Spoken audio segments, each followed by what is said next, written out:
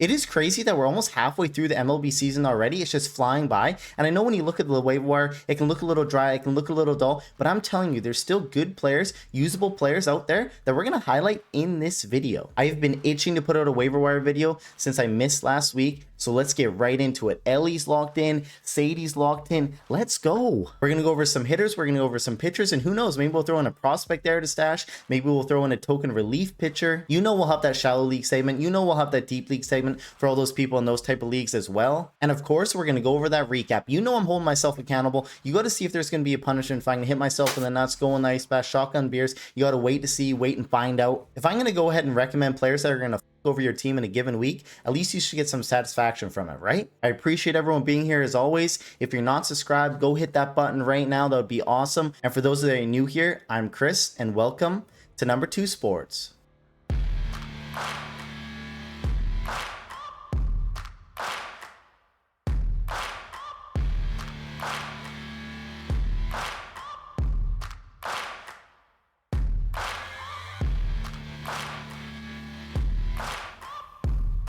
Okay, we're going to start this off with the Chris's 2-for-1 special right out of the gate. We're going Chase Burns and Joe Boyle as 2 prospects to stash. And before we get into it, let's pull one out for Bubba Chandler, man. Still grinding away nonsensely in AAA for no reason. When's he getting called up, Pirates? What are we doing? Okay, but now that I got that off my chest, Chase Burns, the minors don't even seem like a challenge for him. He's practically speed running his way to the major league level. His latest start was his best, going 7 innings, 1 earned run, 7 strikeouts, and 17 whiffs on just 88 pitches. And just look at some of these pitches. Absolute filth. Everyone is completely fooled. He had so many swords. No one is even close to touching him. His stuff looks nasty. His stuff looks major league ready. And he has a complete arsenal with a triple-digit fastball, a wipeout slider that is disgusting. I think it's his best pitch, and I think it's the best pitch in the minors right now. It sits in the upper 80s, and then he has a slow breaking curve and a changeup. The one thing that's making him probably an absolute not must stash is I don't know what the Reds are going to do, if they're going to try and preserve his rookie eligibility, waiting till August to call him up. It depends if maybe they're in a playoff race and they need that arm. Depends how they're feeling with the rotation, if they're satisfied with it, or if they get hit with injuries. Your guess is honestly as good as mine.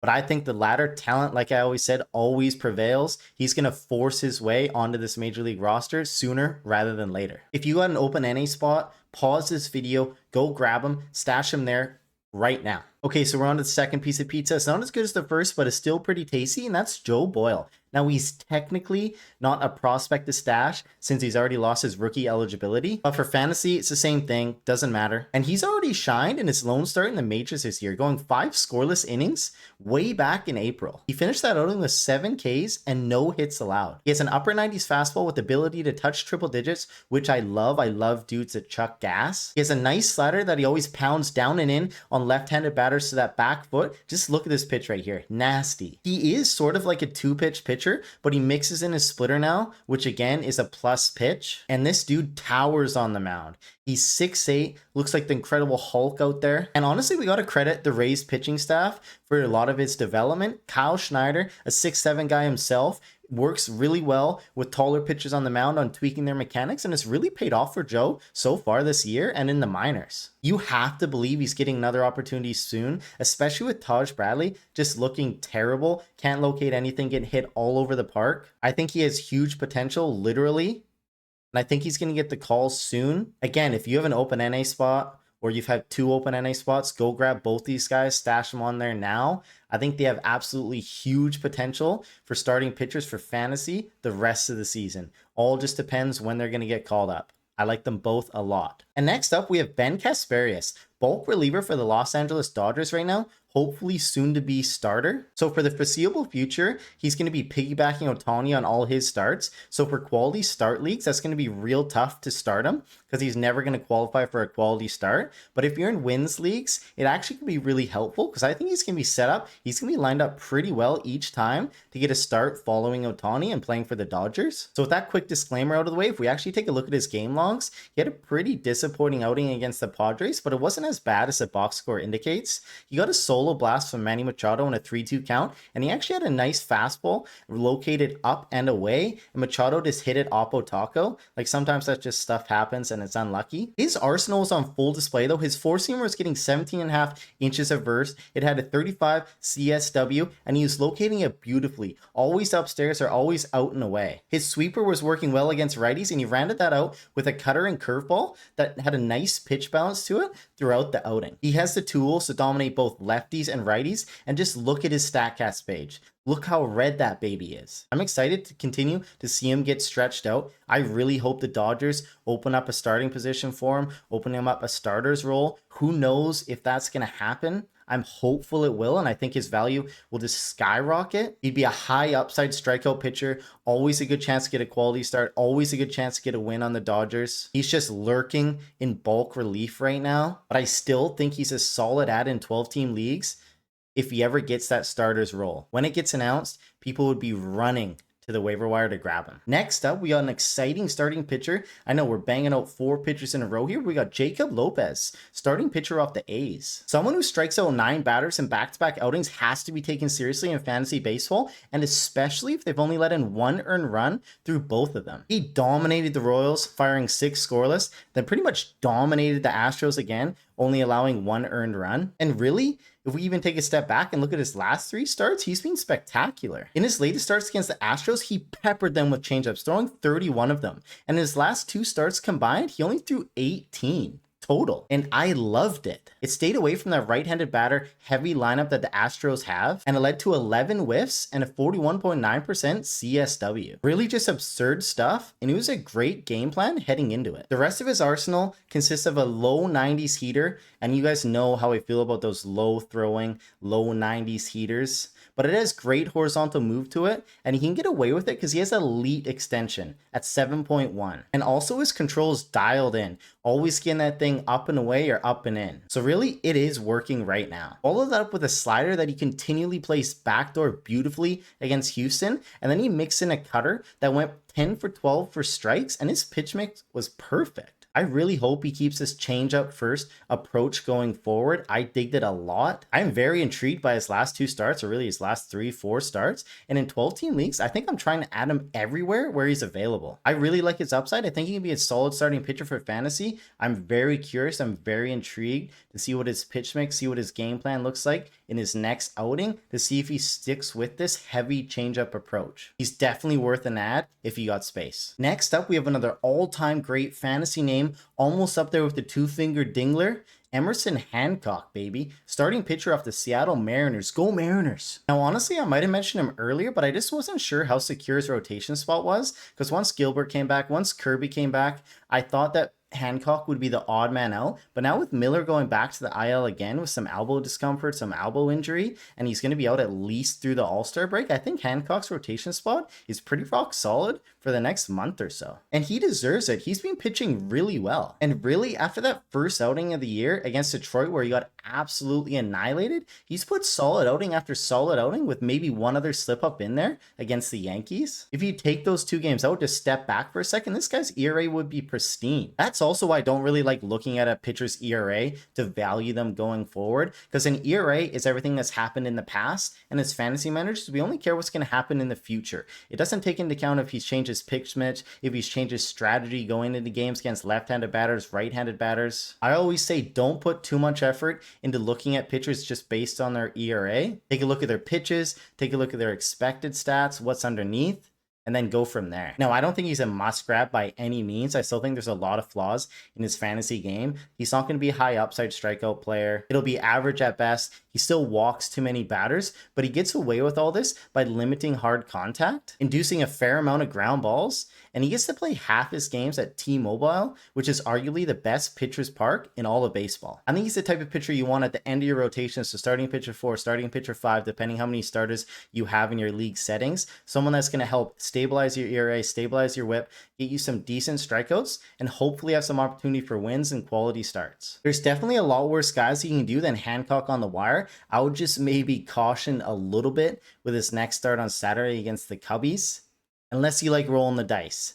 But I would wait till after that, see how he does, and then go from there. Okay, up next, you guess it, another starting pitcher. Yes, we just banged off 6 in a row. I haven't forgot about hitters. I haven't forgot about Leaf pitchers. They're coming after this, I promise. But right now, we're going to talk about Brayan Bello off the Boston Red Sox. Now, what a game for Boyle. Probably his best of the season against the Yankees, going 7 scoreless with 3 hits and 8 Ks. He had 13 whiffs and a 28.1 CSW on 114 pitches. The Red Sox really let him go to town out there. And he scattered that over a 4-pitch arsenal that barely featured his sweeper. It was cutter, sinker, changeup, fastball. So this start was a lot different from Boyle, and let's see why. First, he leaned on his cutter heavily, at 33% usage in the game, and pretty much abandoned the sweeper, like just how I was saying.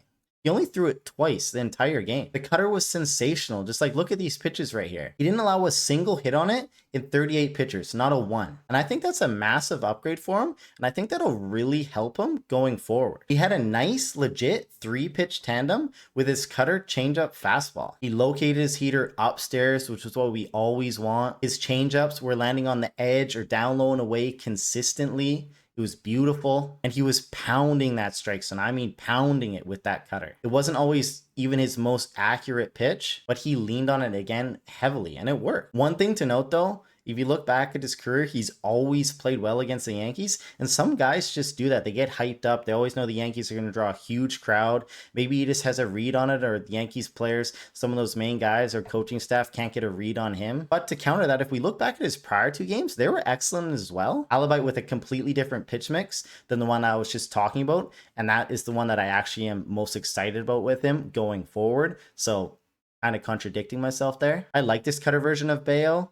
Now, honestly, his delivery, if you've seen him pitch or seen highlights of him pitch, is kind of wonky. He's like a cross-arm thrower. When he steps up, he steps toward third base and then comes across his body, if you look at it right here. I think that can lead to inconsistency with his command. It's harder for him to always paint those edges, always dot those corners, especially over like a longer stretch of game, like if we're looking for the rest of season. But I'm really intrigued by that start. I like what he did. He was fired up. Boston was fired up. I like the potential. I like the upside. He's definitely worth a speculative ad in 12-team leagues if you got the space. Let's just see where this goes. Let's see if he leans on that cutter again in his next outing. Hey, would you look at that? We're finally to a hitter. After we get those starting pitchers out of the way, we're going to start with an exciting young rookie from the Washington Nationals, Brady House. So Brady's one of the Washington Nationals' top prospects, and he debuted earlier this week on Monday, and he's a big dude, standing at 6'4", nice height, and he's got a lot of power in that right-handed bat. He hit 304, 353, 519 in AAA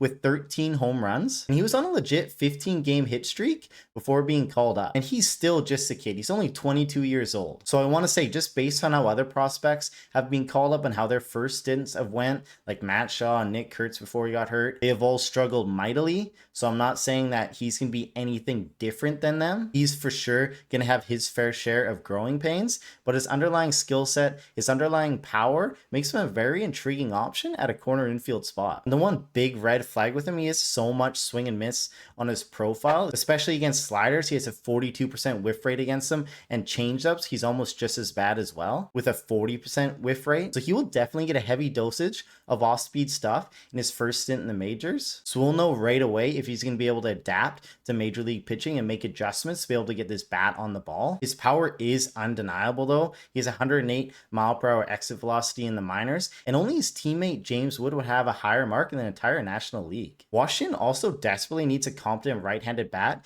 to go along with CJ and James Wood. But I think he's going to get every opportunity to prove himself, especially with Washington just spiraling down in the standings in the season. Another season's getting away from them. He's definitely worth consideration in 12-team leagues if you need help with the corner infield position. I'm just saying pump the brakes on him a little bit. He's bound to go through some growing pains, bound to go through some cold streaks.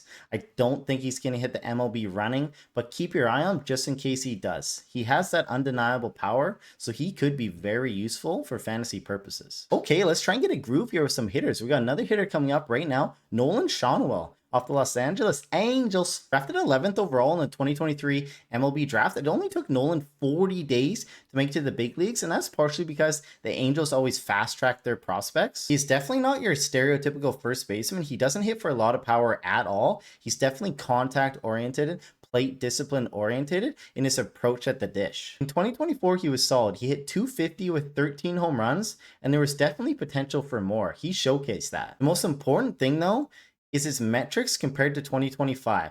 All his hard hit metrics have increased slightly this year. And that's what we want. That's what I always harp on with these players, with these young players, is we want to see them make improvements year to year, month to month, day to day, on a consistent basis. Those exit velocity, launch angle, barrel percentage, hard hit rate have all increased from 2024. It's honestly a great sign for a young hitter. Then also a weird thing in 2024 is he really struggled with fastballs, which is kind of unusual. Usually you see these young guys struggle with that off-speed cheddar, that off-speed junk, curveballs, sliders, changeups.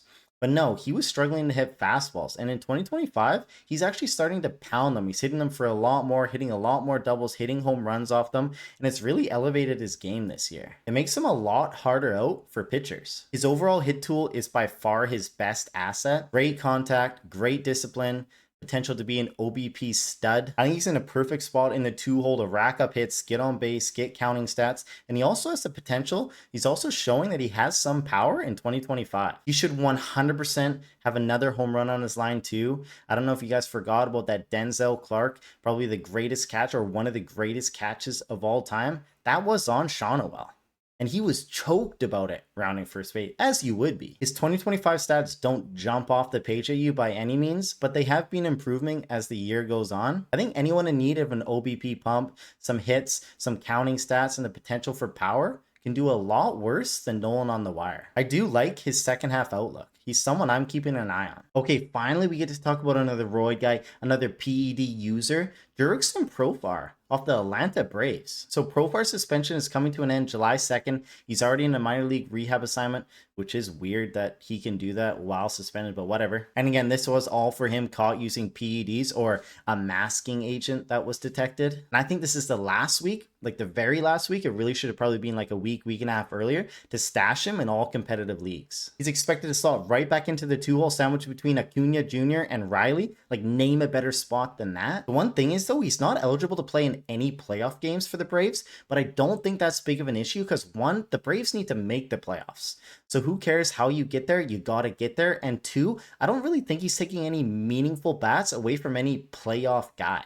It's not like he's blocking any development of any essential playoff player for the Braves if they do make it there. So I don't think that's going to be an issue at all. And Profar was sensational in 2024 if you forgot. He hit 24 home runs, 10 stolen bases, was a must roster, must start guy all year long. He also had 85 ribbies. Now there is no guarantee he's going to be close to that or perform like that after such a big layoff. And now that he's off the juice, or hopefully he found something to mask that juice.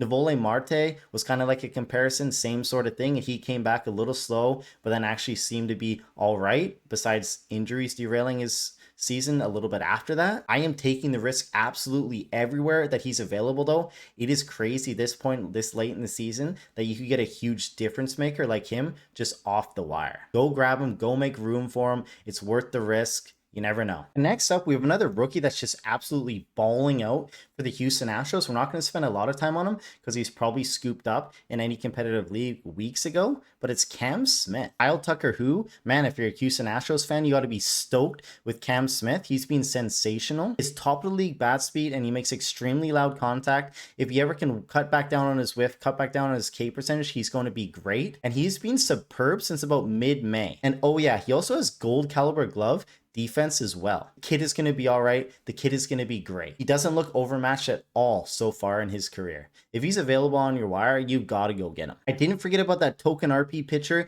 We got Orion Kerkering off the Philadelphia Phillies. It looks like it could be a little fluid closer situation there. I like his stuff. He just walks way too many batters. I think that's never why he's got real opportunity to be the closer there. The pitching staff knows that. I like his four-seamer. I like his sweeper. The guy excels at limiting hard contact. Batters rarely square him up. His command is the legit only thing that's holding him back.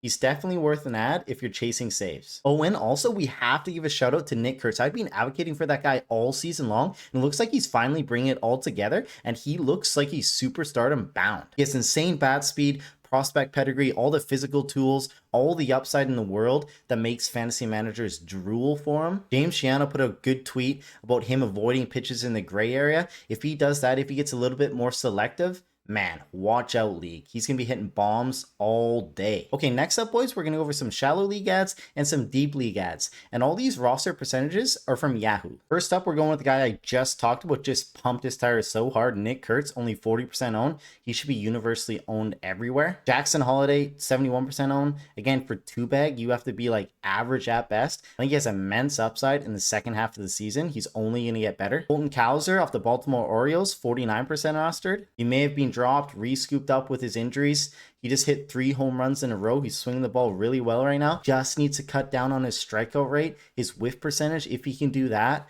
I think he's going to be a very solid, very useful player in the second half of the season. He has all the talent in the world to be able to do so. Then next up, we have Alec Burleson off the St. Louis Cardinals. He's forcing his way into an everyday role, sending Jordan Walker to the bench. He's always been a great contact guy. His power's showing up a bit lately. I think he's a solid ad in all formats. And last up, Brooks Lee. He's playing really well right now, I have to admit. He's getting a lot of contact, showing a little power, getting those counting stats. His roster rate should be closer to 50%, not 16. Okay, and now for the deep league boys. First up, Andrew Benintendi. Home runs in back-to-back days? Is he wanting to make a case to be on the main waiver wire segment? This guy's a must-add for deep leagues, I think, right now. Colt Keith, I still love his potential, especially for two-bag. I think he's going to have a great summer. Spencer Horwitz, I recommended this guy a few weeks back in the main section, and he just embarrassed me pretty much. But he's a great contact guy. He's been playing better. He'll give you a huge bump in the OBP department. He's a great deep league guy. Denzel Clark, man. Come on, you have to add him everywhere in those deep leagues just based on that defense, based on that catch. You got to have a guy who potentially had the greatest catch of all team on your roster, right? And then Ryan Nelson, is he really only 5% owned? Like, do you guys just hating on him because he spells his name R-Y-N-E instead of, you know, the normal way? I don't mind his stuff. Like, I like his arsenal. Again, I highlighted him in the main section a few weeks ago. I like him. He should be on all deep league rosters, no? Okay, guys, let's get into the recap now. And again, I'm not going to spend a ton of time on these guys. We're going to quickly go over them. It's going to be from my waiver wire video from May 30th. So almost 3 weeks now since I missed a waiver wire video last week. That's why we're doing 3 instead of the usual 2. First up on the recap, we had Edward Cabrera, and he's probably available still in a ton of leagues. I know he had a couple outings where his outings were really short. I don't know what they're doing, if he was hurt or they're just trying to ease him back in after a shaking outing. But regardless of that, he was still okay in that small sample size. His strikeout potential is on full display, but he definitely needs a bigger leash, and he got that against the Phillies on Thursday. He was outstanding, firing 6.1 scoreless innings. The last run on his line actually came from an inherited runner. He gave up a hit, got pulled, and then a couple singles and a walk, let that runner score. But at the end of the day, it was still a great line with 5 Ks against a very potent lineup. He's always had immense potential, so if he keeps these control issues under bay, he can be a great fantasy addition the rest of the way. Next up, we had Gavin Williams, who had great outings back-to-back against LA and Houston, but he kind of stumbled against Seattle. So I was definitely curious how he was going to bounce back against San Francisco, especially with Devers in their lineup, and he was fantastic, going 6 scoreless with 6 Ks. I love this new look Gavin, just like how we talked about 3 weeks ago. I think he's going to be a solid option for the second half of the season. Next up, we had Cade Smith. The guy is absolute nails. He's an absolute stud reliever. His value is insane if you're in holds leagues. He's almost a must own if you're in a hold league. He's going to have high strikeouts and great peripherals second half of the season. Next up, we had Eury Perez, and his last outing, I get it, was super frustrating. He had 3 walks and 0 strikeouts, and if people just look at the box score, they'd be like, oh, his control's not back from Tommy John surgery, blah, blah, blah, but it wasn't like that. He got a ton of foul balls that obviously gets his pitch count up, obviously gets less whiffs, he gets in higher counts, and instead of those ending up in strikeouts, they can end up in walks or balls hit in play. He definitely needs to get his secondaries dialed in. It used to be his slider, but it just looks like he doesn't have the feel for it this year just yet, but I think he's going to get there. He still has huge potential. I'm really not too worried about him, and I try to keep him on my roster any way I can. Justin Bieber, Shane Bieber was the next guy, and unfortunately he suffered a setback in his rehab assignment, but it looked like nothing was structural with his elbow. I'm not sure when he's going to pick it back up. I think he's starting to throw again, so it's unfortunate. So we'll have to just wait and see what his recovery is going to look like and go from there. Next up, we had Connor Norby, and honestly, it was a rough couple weeks for him. It looked like he's starting to pick it up the last few games, hitting a bomb. But honestly, if he wasn't in the 2-bag position, this would be a downright awful recommendation, and it still probably is. We followed that stinker up with another stinker, Matt Wallner.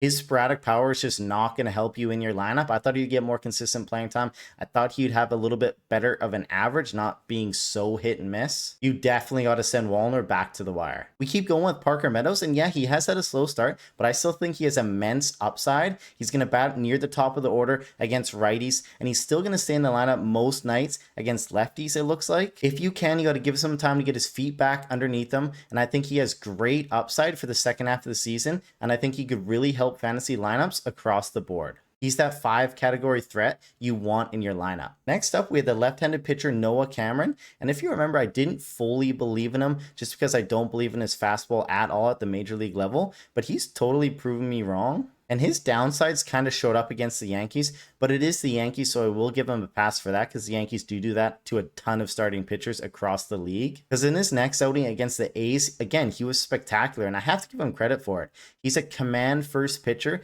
as a rookie, just dominating so far to start his career. Like, I guess I'm wrong. I still can't get behind it, but he's doing it. So good for him, and keep throwing him out there until the wheels fall off. And last up, we had Daniel Palencia, the closer for the Cubs. Now, it could be a fluid closer situation there, but honestly, I think he's done enough to at least keep the job when Hodges comes back, because he's been amazing. He's locking the door down in the 9th inning. I love his arsenal. I love his pitch mix. I love his stuff. I think he's nasty. But again, I'm not part of the coaching staff in Chicago, so who knows what happens when everyone's back and healthy. But I do think he's earned the shot to be the lead dog until he proves otherwise. So